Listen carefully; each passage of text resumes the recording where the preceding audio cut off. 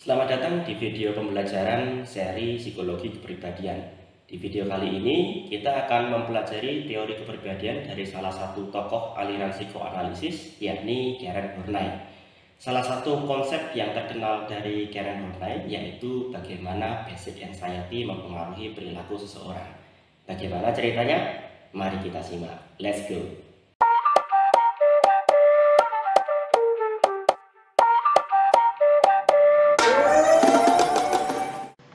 Mari kita mulai. Karen Horney ini lahir pada tanggal 16 September 1885 di sebuah kota kecil di dekat Hamburg, Jerman. Masa kecilnya tidak mudah. Ia berasal dari keluarga yang konservatif dan ayahnya ini sangat keras dan otoriter. Ayah Horney ini adalah seorang kapten laut yang memiliki pandangan tradisional tentang peran perempuan dan seringkali memperlakukan Horney secara tidak adil dibandingkan dengan saudara laki-lakinya. Ibunya sebaliknya. Dia adalah seorang yang lemah lembut dan mendukung, dan hubungan ini membentuk banyak pandangan awal Horney tentang hubungan interpersonal. Meskipun begitu, ia merasa bahwa keluarganya tidak bisa memberikan rasa aman yang ia butuhkan, yang kemudian juga mempengaruhi banyak gagasannya tentang kecemasan dasar dan hubungan manusia. Horney memutuskan untuk mempelajari kedokteran, pilihan yang cukup berani bagi seorang perempuan pada masa itu. Ia diterima di Universitas Freiburg, salah satu dari sedikit universitas yang menerima mahasiswa perempuan.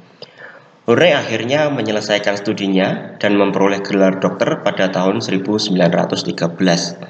Tidak lama kemudian, ia mulai tertarik pada psikoanalisis, sebuah disiplin baru yang baru di awal abad 20, terutama setelah bertemu dengan Carl Abraham, seorang murid dari Sigmund Freud.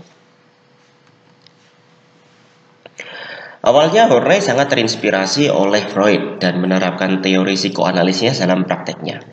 Namun semakin lama ia mulai tidak setuju dengan beberapa aspek dari teori Freud, terutama pandangan Freud tentang wanita. Salah satu poin yang menjadi titik ketidaksepahaman antara Horney dan Freud yaitu adalah penis envy yang diajukan Freud, di mana Freud berpendapat bahwa perempuan merasa inferior karena mereka tidak memiliki penis. Horney merasa bahwa pandangan ini sangat patriarki dan mengabaikan kompleksitas psikologis perempuan. Horney percaya bahwa perempuan tidak mengalami iri penis karena faktor biologis, tapi lebih karena penindasan sosial dan kurangnya kesempatan yang dialami oleh perempuan dalam masyarakat yang patriarki. Iri yang dirasakan bukanlah iri terhadap penis, melainkan iri terhadap kekuasaan dan hak istimewa yang dimiliki laki-laki dalam masyarakat. Ia kemudian mengembangkan teori alternatif yang mencerminkan lebih banyak peran lingkungan sosial dan hubungan interpersonal dalam membentuk kepribadian seseorang, dan menolak pandangan Freud yang terlalu menekankan peran seksualitas. Misalnya, di masyarakat di mana perempuan dipaksa untuk memiliki peran tradisional, seorang perempuan mungkin merasa terjebak dan tidak memiliki pilihan selain mengikuti ekspektasi sosial. Hal ini dapat menyebabkan kecemasan dasar dan kebutuhan neurotik untuk mencari validasi dari orang lain. Ini akan membawa kita ke teori inti dari Horney yang lebih menekankan pada kecemasan dasar dan kebutuhan neurotik daripada dorongan seksual seperti yang dikemukakan oleh Freud. Teori kepribadian Karen Horney didasarkan pada konsep kecemasan dasar atau basic anxiety. Kecemasan dasar ini muncul ketika seorang anak merasa tidak aman dalam lingkungan keluarga atau sosialnya. Anak tersebut mungkin merasa terisolasi, tidak dicintai, atau bahkan terancam oleh orang-orang di sekitarnya. Horney percaya bahwa pengalaman masa kecil ini sangat penting dalam membentuk kepribadian seseorang.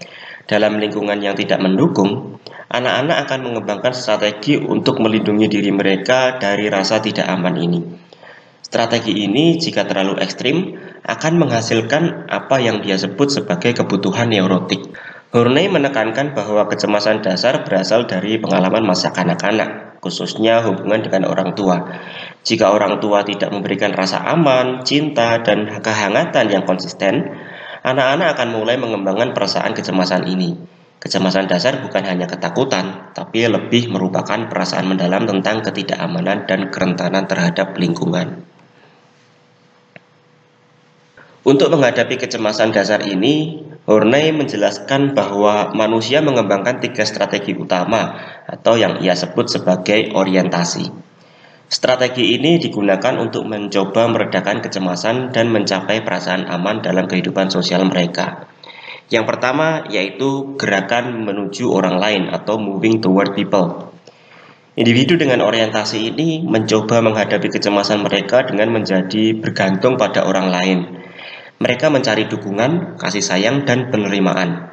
Mereka merasa bahwa jika mereka bisa menyenangkan orang lain, mereka akan lebih dicintai dan aman. Misalnya, seorang remaja yang selalu setuju dengan teman-temannya meskipun mereka sebenarnya tidak suka. Mereka takut bahwa jika mereka tidak setuju, teman-temannya akan menolak mereka. Jadi mereka lebih suka menekan keinginan mereka sendiri demi mendapatkan penerimaan dari kelompok. Orientasi yang kedua yaitu gerak menjauhi orang lain atau moving away from people. Sebaliknya ada juga orang yang mencoba mengatasi kecemasannya dengan menarik diri dari hubungan interpersonal. Mereka merasa bahwa orang lain hanya akan menyebabkan rasa sakit atau kekecewaan. Jadi mereka lebih memilih isolasi dan menjaga jarak dari interaksi sosial yang dekat. Misalnya, seorang pekerja kantoran yang selalu menghindari acara sosial di tempat kerja. Mereka lebih nyaman bekerja sendirian dan tidak suka berbicara dengan rekan-rekan kerjanya. Mereka berpikir bahwa menjaga jarak adalah cara terbaik untuk melindungi diri dari potensi konflik atau kekecewaan. Orientasi yang ketiga yaitu gerak melawan orang lain atau moving against people. Individu dengan orientasi ini menghadapi kecemasan mereka dengan mendominasi atau mengontrol orang lain. Mereka mungkin menjadi agresif atau bersaing dengan orang lain untuk mendapatkan kekuasaan, merasa bahwa kekuatan dan dominasi adalah cara untuk mengamankan diri dari ancaman. Misalnya, seorang manajer yang selalu berusaha mendominasi rapat seringkali merendahkan rekan kerja yang tidak sependapat dengannya. Mereka percaya bahwa dengan mengendalikan situasi dan orang lain, mereka akan merasa lebih aman dan tidak terancam.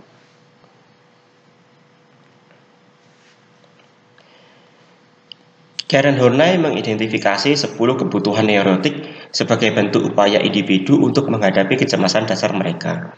Kebutuhan neurotik ini berkembang dari rasa tidak aman dan ketidakberdayaan, dan mereka tidak realistis serta berlebihan dalam cara mereka dikejar oleh individu. Horney menyebutnya neurotik karena mereka muncul dari ketidakseimbangan psikologis dan bukan merupakan respons psikologi yang sehat. Berikut adalah 10 kebutuhan neurotik tersebut. Yang pertama, kebutuhan akan kasih sayang dan persetujuan. Orang yang memiliki kebutuhan neurotik ini sangat membutuhkan persetujuan dan penerimaan dari orang lain. Mereka akan melakukan apa saja untuk menyenangkan orang lain dan menghindari konflik. Mereka merasa bahwa cinta dan penerimaan adalah satu-satunya cara untuk meredakan kecemasan mereka. Yang kedua, kebutuhan akan pasangan yang mengambil alih kehidupan. Orang dengan kebutuhan ini percaya bahwa mereka tidak dapat mengatur hidupnya sendiri dan selalu memerlukan seseorang yang kuat untuk mengarahkan mereka. Mereka cenderung bergantung secara emosional pada orang lain dan merasa cemas ketika harus membuat keputusan sendiri. Yang ketiga adalah kebutuhan untuk membatasi kehidupan dalam batasan yang ketat. Individu ini merasa bahwa keamanan hanya bisa dicapai dengan menjalani hidup yang teratur dan sederhana, tanpa mengambil resiko dan mengejar hal-hal yang baru. Mereka takut terhadap perubahan dan lebih memilih pada kehidupan yang statis. Yang keempat adalah kebutuhan akan kekuasaan. Orang dengan kebutuhan ini biasanya terobsesi dengan kontrol dan dominasi atas orang lain. Mereka percaya bahwa dengan memiliki kekuasaan, mereka dapat melindungi diri mereka dari perasaan rentan dan cemas. Kekuasaan menjadi cara utama mereka untuk menghadapi dunia. Yang kelima adalah kebutuhan untuk mengeksploitasi orang lain. Orang dengan kebutuhan ini merasa bahwa mereka harus memanfaatkan orang lain untuk mendapatkan apa yang mereka inginkan. Mereka melihat orang lain sebagai alat untuk mencapai tujuan pribadi mereka tanpa peduli dampak yang ditimbulkan terhadap orang lain. Yang keenam, kebutuhan akan pengakuan dan prestis sosial. Orang dengan kebutuhan ini selalu mengejar pengakuan sosial dan merasa bahwa status mereka di mata orang lain sangat penting. Mereka merasa cemas jika tidak dianggap penting oleh orang-orang di sekitar mereka. Yang ketujuh, kebutuhan akan kekaguman pribadi. Individu ini membutuhkan orang lain untuk terus-menerus mengagumi mereka sebagai individu yang spesial dan unik. Mereka mencari validasi bahwa mereka lebih baik atau lebih berharga dibanding orang lain. Yang kedelapan, kebutuhan akan ambisi dan prestasi pribadi yang berlebihan. Orang dengan kebutuhan ini terdorong oleh ambisi yang tidak realistis untuk menjadi yang terbaik atau paling berhasil dalam segala hal. Mereka terus-menerus berusaha melebihi pencapaian orang lain dan merasa cemas jika tidak bisa mencapainya. Yang kesembilan, kebutuhan untuk menjadi mandiri dan tidak bergantung pada siapapun.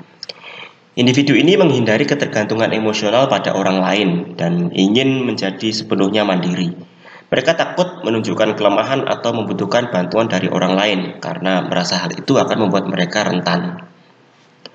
Yang terakhir, kebutuhan akan kesempurnaan dan ketidakbersalahan. Orang dengan kebutuhan ini selalu berusaha menjadi sempurna dalam setiap aspek kehidupan mereka. Mereka menetapkan standar hidup yang tinggi untuk diri mereka sendiri dan merasa sangat cemas jika tidak bisa mencapainya.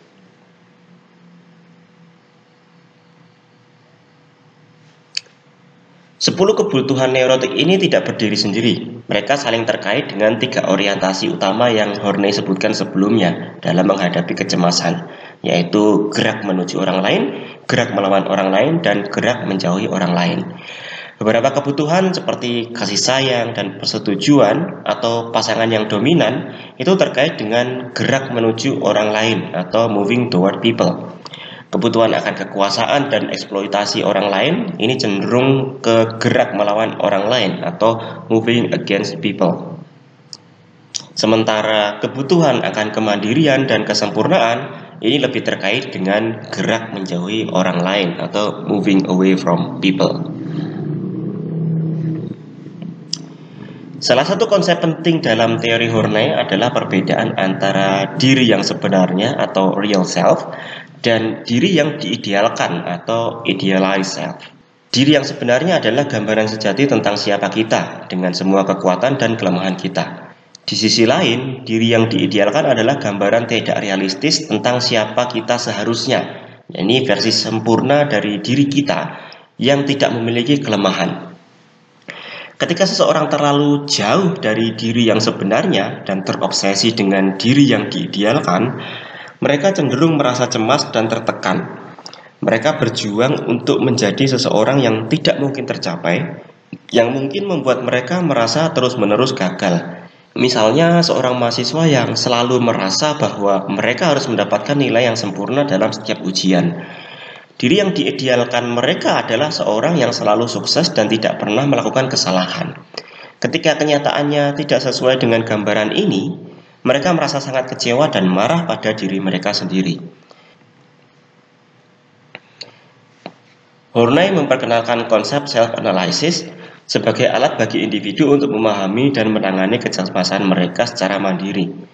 Ini memberdayakan orang lain untuk menganalisis diri mereka sendiri tanpa harus bergantung pada terapi formal.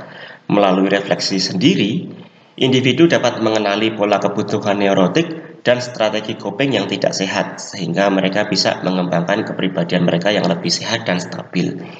Misalnya, seseorang yang terus-menerus mencari persetujuan dari orang lain dapat melakukan analisis diri untuk menyadari bahwa rasa tidak aman mereka ini berasal dari kurangnya validasi eksternal. Dengan menyadari pola ini, mereka dapat mulai membangun rasa harga diri yang lebih kuat dan lebih mandiri. Dalam pandangannya, Horney menawarkan perspektif yang sangat humanis tentang bagaimana individu berinteraksi dengan dunia dan mengatasi tantangan emosionalnya. Ia menekankan pentingnya hubungan interpersonal, bukan hanya dorongan biologis dalam membentuk kepribadian.